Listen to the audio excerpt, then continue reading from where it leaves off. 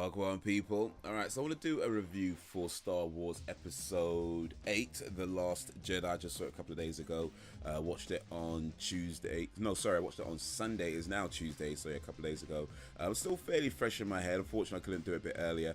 Well, technically not, unfortunately. There's a really cool reason why I couldn't do it earlier, but here we are. Anyway, so let me start by saying that I liked it. You know, I really did. I liked it. I really enjoyed the movie. I thought it was done well as just a movie in general. It was done pretty well as a Star Wars movie. I felt it was done pretty well as well. There are some issues that I'll talk about in a moment, but overall, I liked it. I thought it was a pretty good entry into the story.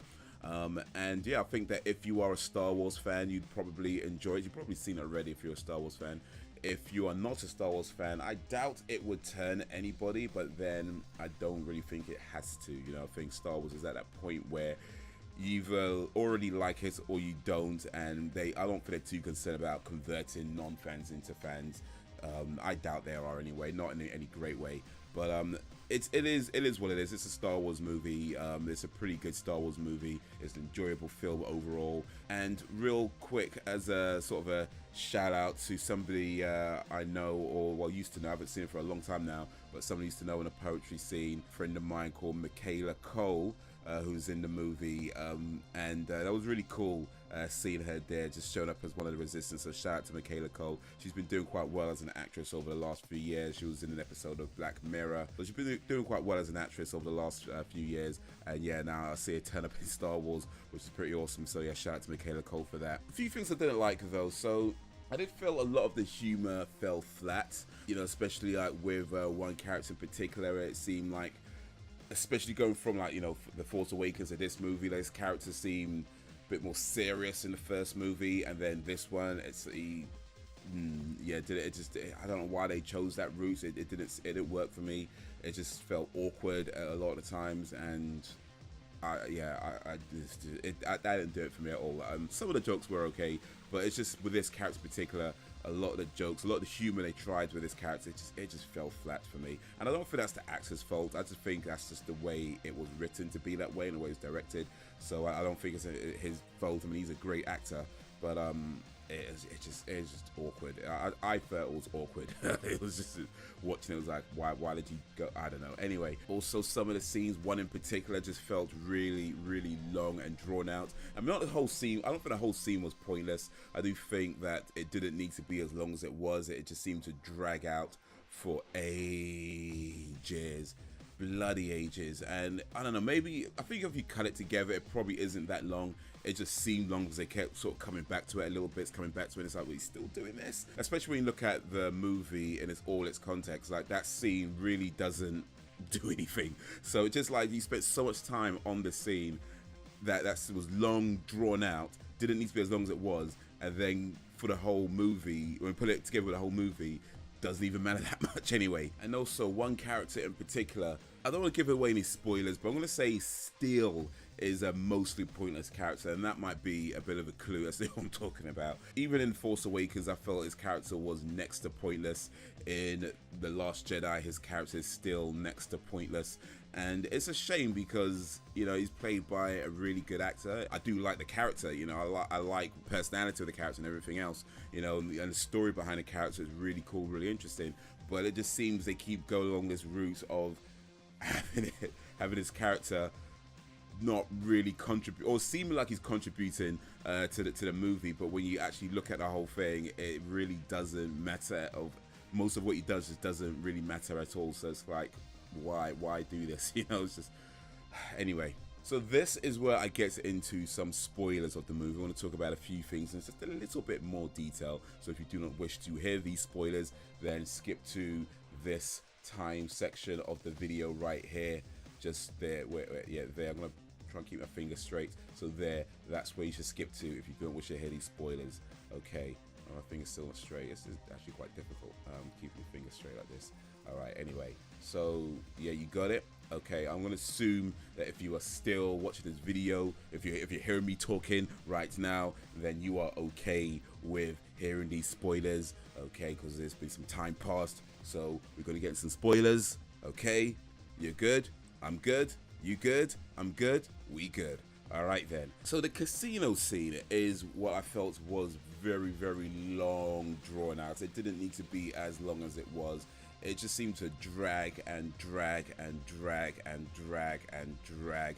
And by the end of it, it was just like, okay, I get it. You know, they go in there to look for this master code breaker with the lapel. They don't find him. They find Benicio del Toro instead, which, you know, it's cool, whatever. But yeah, the whole process of getting to that, it just seemed like from getting to it and then coming out of it, and then the whole thing about escaping the casino, and then it just felt like they didn't need to make it that long. They could have told that story in much, much shorter bursts, and or at the very least, you know, if they're going to do a whole coming back to it sort of thing, you know, have it like further along in the story. And then by the end of the movie, that whole thing was just pointless, because they go there looking for this master code breaker so they can break into the whatever the bad guy's ship was called. They do that so they could break into that, so they could you know, get past the doors and shut down the whatever the shields and stuff and all they're trying to do. Always trying to shut down some kind of force field or shield or something. Anyway, they're doing all that so that Poe could learn his lesson about, you know, not being a hero all the time, and, you know, sometimes you gotta,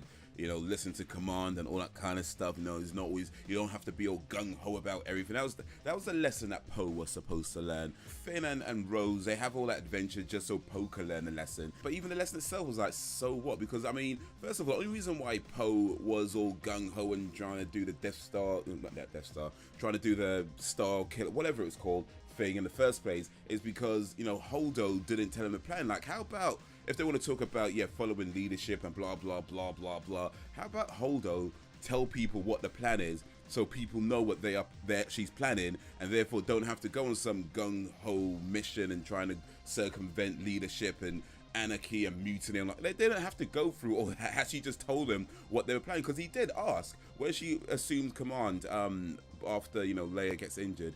He did ask. That was the first thing he did. He's like, oh, well, you know, this is Holdo. I don't know how she looks, blah, blah, blah. And he goes to her and says, hey, so you know what's going on? And she's all like, oh, I know people like you. And when Leia gets back, she's like, oh, yeah, you know, she was doing this and not all about being a hero. But then, look, had she just told him in the first place, that would have happened. So the whole thing was just pointless. It was trying to create this lesson for Poe to learn. And then it was like, well, if it's Poe to learn that lesson, why is Finn going off and Finn and Rose going off?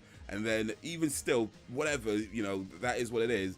The lesson was pointless anyway, because it was all Holdo not telling him about the plan in the first place. And what happened to General Hux? Because in the first movie, he was quite a serious character, and in this movie, all of a sudden, he's like a pantomime. Like, what was going on there? You know, that whole thing in the beginning, or near the beginning, when Poe's calling for him, pretending that you can't hear him. I get Poe's that kind of character, and that kind of makes sense, and, you know, he's taking a piss for a little bit. But then, even still, the way they had Hux respond to it, like, hello? Can you hear me? Hello? It didn't make any sense for that. Like, that was so out of character, because he seemed to me, at least anyway, and this is the impression I got from the first movie, that he seems to be more the type of person, like, once he realizes quickly that the other, if it's the bad line or connection issues or whatever they thought it might have been, that he'll probably just terminate the line or something. You know what I mean? It's not the type of go, hello. Hello, hello. That's the scene pointless. And just throughout the movie, all like the little things they made him do, like you know, when it came to Kylo Ren taking leadership after Snoke, after he killed Snoke, and then he's all like, "Oh yeah, you're about to," like they just bitched him out so much, and it was such a shame. And speaking of pointless things and characters, Finn is still the most pointless character in this whole thing. Like in the first movie, his entire contributions were next to pointless. Everything he did didn't seem to matter at all, you know. And in this movie, pretty much the same thing, you know. He goes on this adventure with Rose with the whole casino thing, and he comes back and like, well, it doesn't actually matter that he did that, you know, because it wasn't even his lesson to learn, and then none of it mattered anyway. So it's just and I like the character Finn. I do. I like the whole idea of the, you know, stormtrooper defecting, you know, turning against the First Order and all that stuff. It's a cool character, a cool idea, and John Boyega's a great actor, all that kind of stuff. But they bitched it out so much. It's unbelievable. It's like, why do they have this character that has so much potential and then make him so pointless? It just, jeez. Also, what else I want to talk about before we end this spoiler section? So yeah, Luke, that's another thing. I think a few people were disappointed that Luke didn't have all these action fighting scenes, and I'm thinking, well, of course not. I mean, why would you expect that? I felt like I personally liked what they did with Luke's character. I felt that it suited the movie. I felt it suited Luke's character itself. I'd had no issue with how they treated Luke in this movie. I personally felt it was done very, very well. I don't think he needed more action scenes. I mean, I felt they kind of addressed it in the movie as well when they talk about the whole thing about not, you know, becoming a legend, and you know the what people think you are, or you know what you actually are, and you know the differences between that whole thing. So it made sense to me that he wasn't like some badass. It's been something like 30 plus years or whatever since in the story, or whatever, how long it's been. He's a bit older now. In real life too. I don't know why anybody was expecting that, but then again, I think sometimes people build up this idea in their minds over a period of time, especially as it has been quite a long time since. Maybe you have this idea, this image, and you think that he's going to be like some Jackie Chan type character. Nah, it was I was totally fine with it. I think what they did with Luke was just fine. No issues there. And of course, you know, Luke's passing was done quite well as well.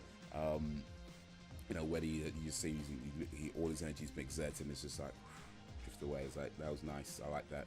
But speaking of passing, I would be interested to see. I think a lot of people are going to be interested to see what happens with Leia, because you know Carrie Fisher passing away last year, and in the film she survives in this movie. Like, her character is alive by the end of the movie, so it'd be interesting to see what they do with Leia, whether they do like some crawl to say that she passed away or something like that, you know, in the opening crawl, or whether they do some CGI thing, which I'm not too sure how well that would go down with a lot of the fans, or whether they just like completely ignore it or something. Or I doubt they'll get another actress to play Leia.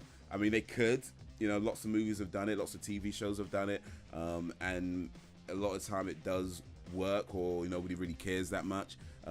That said, I think just being with how iconic everything in Star Wars is, I doubt they'll get another actress to play the role. I think one way or another, the Leia character itself would not be a part of Episode 9. We'll see, of course, but that'll be my guess. But they're gonna have something that lets you know that she's just not gonna be there. Anyway, that is the end of the spoiler section. But yeah, just to recap, I think it's an okay film. I really enjoyed the film, despite its faults and some of the issues I felt that it had. I did really enjoy the film. I thought it was done quite well. Yeah, I think it's worth seeing. I think if you like action movies and sci-fi and that's the kind of stuff, or if you're a Star Wars fan, of course, as well, then yeah, go see it. It's worth seeing. It's worth checking out. But that is what I think of Star Wars Episode 8. What do you think? Have you seen it? Do you want to see it? All that kind of stuff, let me know. And if you like this video, give it a like and share it amongst your friends. If you did not like it, then give it a dislike and share it amongst your enemies. You can check out more videos over here, comedy channel over there. Follow me around the web over there. All links in the description. But that is all for now. So thank you for watching. And until whenever, if ever, I got a bad feeling about this. Actually, come to think about it, I don't know if that line actually turns up in the movie.